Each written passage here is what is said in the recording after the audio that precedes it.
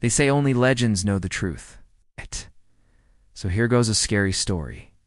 It was supposed to be a quiet weekend. No work, no stress, just some much-needed peace and quiet. But for Lena, a travel blogger, always chasing hidden gems, peace and quiet were never what she went for. She booked a stay at the Crescent Pines Inn, a forgotten dusty hotel on the edge of a ghost town, 3 hours' drive from the nearest city. Its only advertisement was an old sign that read, "Vacancy. All are welcome." For a place so secluded, it sure had a lot of followers on social media. There were no reviews online, no website, nothing. Soon as she stepped inside, though, Lena felt like she'd been here before. There was nobody at the front desk, but Lena found a key left on a table. The old man who greeted her outside materialized suddenly, appearing to be carved from wood like an old rocking horse.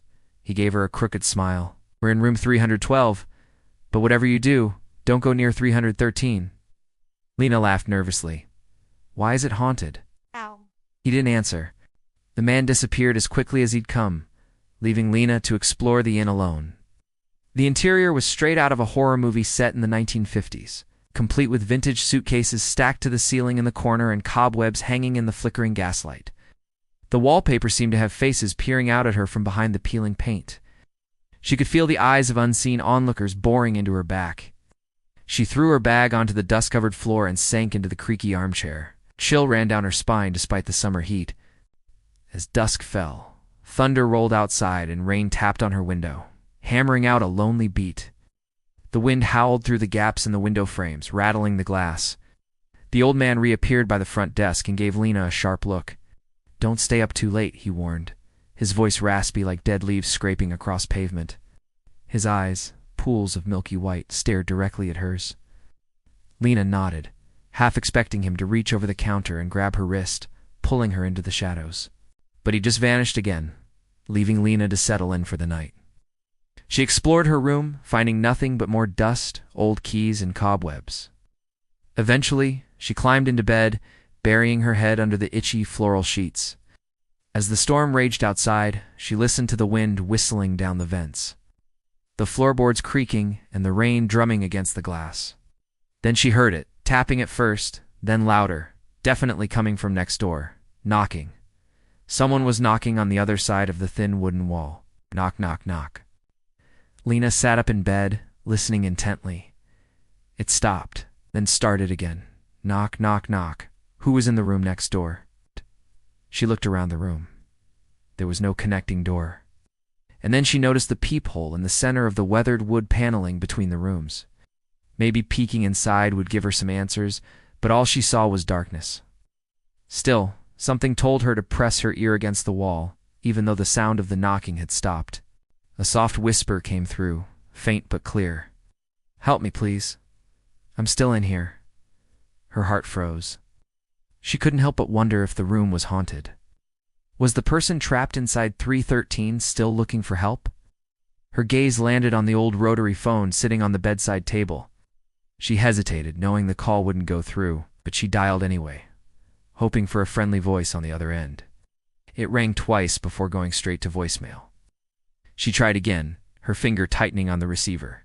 It rang again, but the only response was a click. She tried to convince herself it was just an unplugged line, but the creepiest part was the eerie silence on the other end. Curiosity burned inside her. She grabbed her phone and flashlight, ignoring the prickling sensation at the back of her neck. She slipped out of bed and crept toward the closed door of room 313. The room was dark, but she could make out a single chair in the middle of the room, shrouded in shadows. Her flashlight revealed the source of the scratching. A cassette recorder lay on top, its plastic case yellowed and cracked. Beside it was an audio cassette labeled "Do Not Play." She felt a sudden urge to leave, but she couldn't resist pressing the tab and sliding it into the recorder.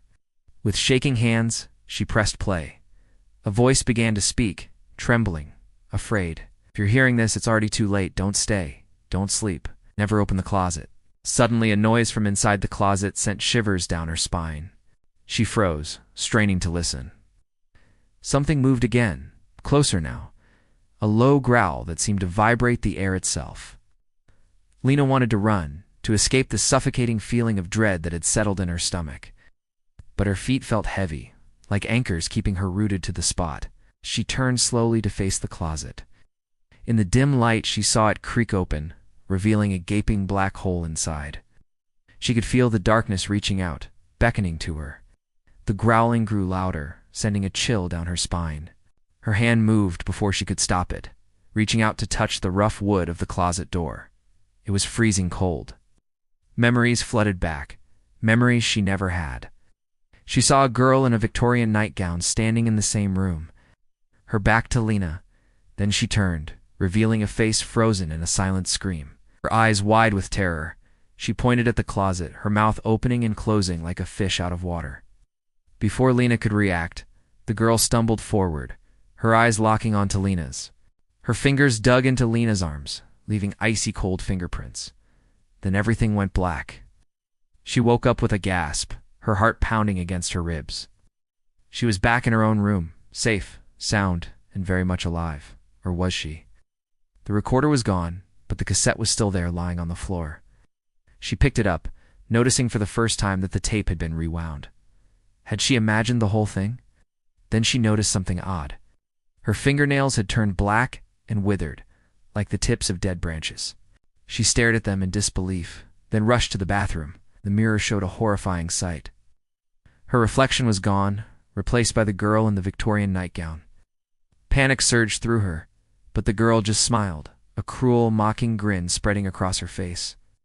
She leaned closer to Lena, her eyes glowing with a malevolent light. "We're the same now," she whispered. "I'm still in here." She pressed her lips against the cool glass, her hot breath fogging up the mirror. "And you will never escape," Lena screamed, collapsing to her knees. The bathroom filled with water, rushing, gushing, drowning.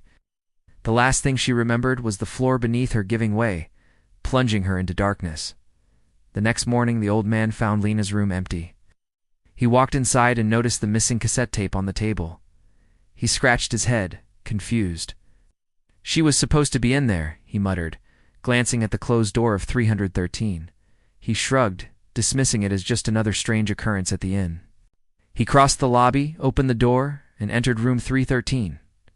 The room was empty, bare except for the single chair in the middle. He walked over and noticed the recorder lying on the floor, picked it up, turned it over, and inserted the tape, hitting play. A voice began to speak, trembling, afraid. "If you're hearing this, it's already too late. Don't stay. Don't sleep. Never open the closet." The old man jumped, startled by the sudden noise. He looked around the room, his eyes settling on the closet in the corner. He opened it, revealing a gaping black hole inside. The old man stared into the darkness, a slow smile spreading across his wrinkled face. "Ah, she was just on time," he said, stepping into the closet and disappearing from view. "Now if you walk past Crescent Pines Inn, you might hear the sound of knocking coming from room 313, and if you listen closely, you might hear the whisper of a girl trapped inside saying, 'Help me. Please, I'm still in here.' Be careful if you answer, because some doors are better left unopened. Some rooms are meant to be left undisturbed.